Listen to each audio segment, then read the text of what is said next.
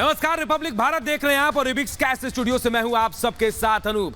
हम महायुद्ध से जुड़ी हर एक खबर आप तक पहुंचाएंगे, हर एक अपडेट आप तक पहुंचाएंगे और बड़ी खबरों का भी रुख करेंगे। और सबसे पहले बड़ी खबर के लिए चलते अपने सहयोगी श्वेता के पास।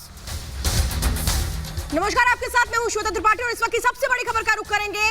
रूस के शहर बेलगोरोद में फिर से हमले की कोशिश हुई है, जिसको नाकाम किया गया है रूसी सेना की तरफ से। मिसाइल को ढेर किया गया है रूसी सेना की तरफ से। जो जानकारी आ रही है, एयर डिफेंस सिस्टम से गिराई गई है मिसाइल, यानी एयर डिफेंस सिस्टम से इस मिसाइल को मार गिराया गया है।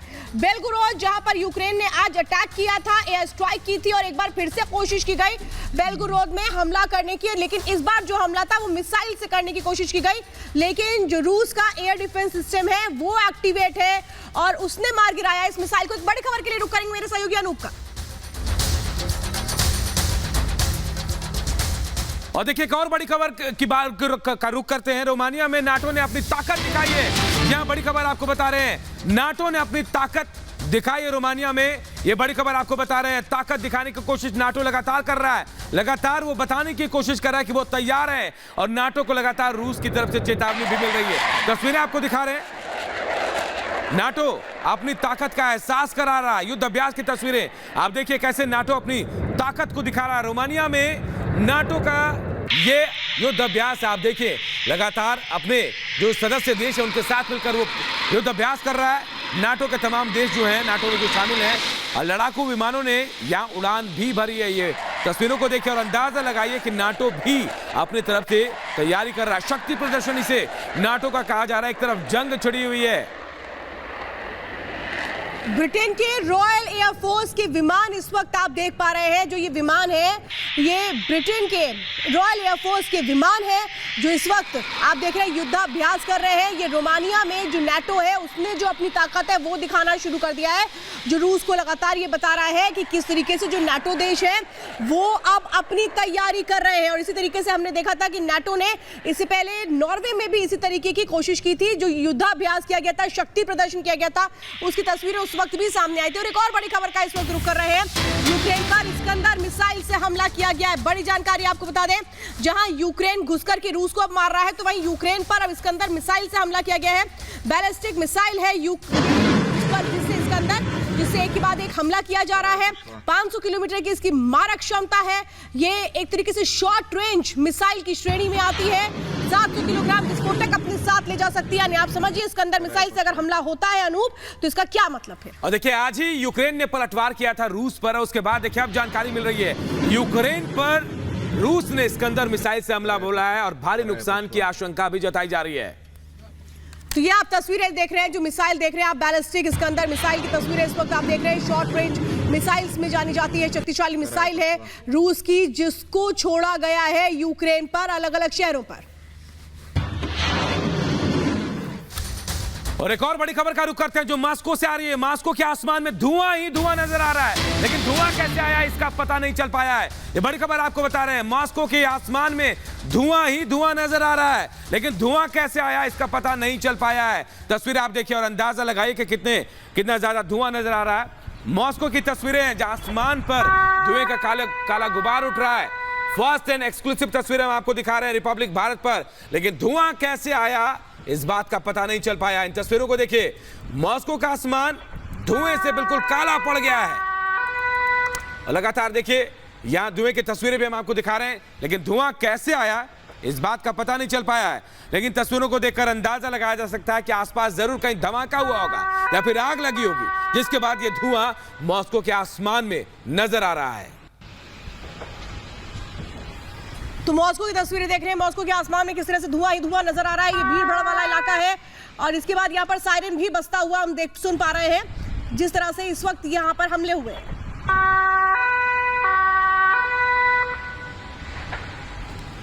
तो ये आप मॉस्को की तस्वीरें इस वक्त देख रहे हैं, जहां आसमान में धुआं नजर आ रहा है, लेकिन यहाँ पर क्या अटैक हुआ है ये अभी समझना बाकी है। फिलहाल आसमान में धुआं ही धुआं आप देख रहे हैं, जिसके बाद सायरन बजना भी शुरू हो चुका है।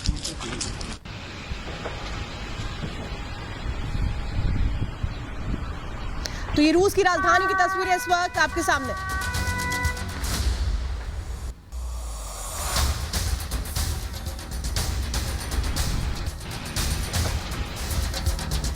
और देखिए तस्वीरें आप जरा देखिए, ये धुएं का गुबार, आप अंदाजा लगाइए कि आखिर ये धुआं आया कहां से होगा। किसी को नहीं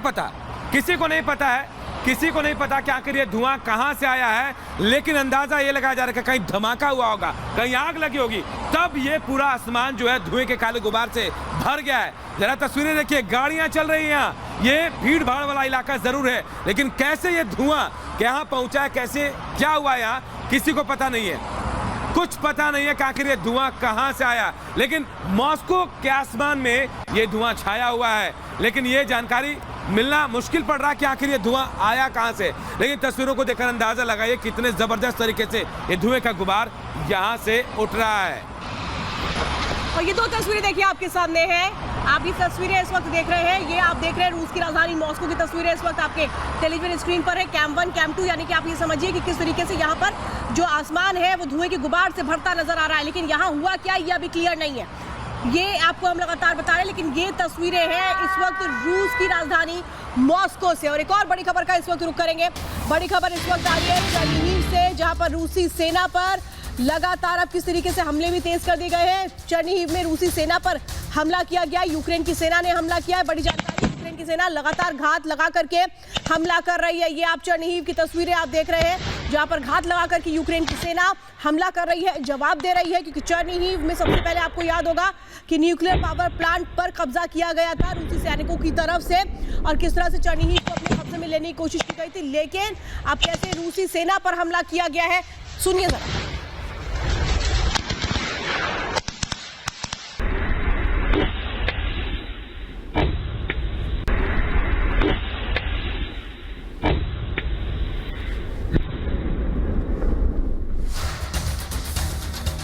और देखिए, इस महायुद्ध के 37वें दिन यूक्रेन ने रूस पर हमला बोल के तबाही मचा दी है। तो तेल डिपो पर हमला कर जेलेंस्की ने पुतिन को एक बड़ा संदेश दिया है कि वो डरने और झुकने वाले नहीं है। इस पर देखिए रिपोर्ट। रूस पर यूक्रेन की पहली स्ट्राइक, घर में घुसकर बरसाई आग, यूक्रेन के हमले से तेल डिपो खाक, रात का घुप अंधेरा और रूस का शहर बेलगोरोद।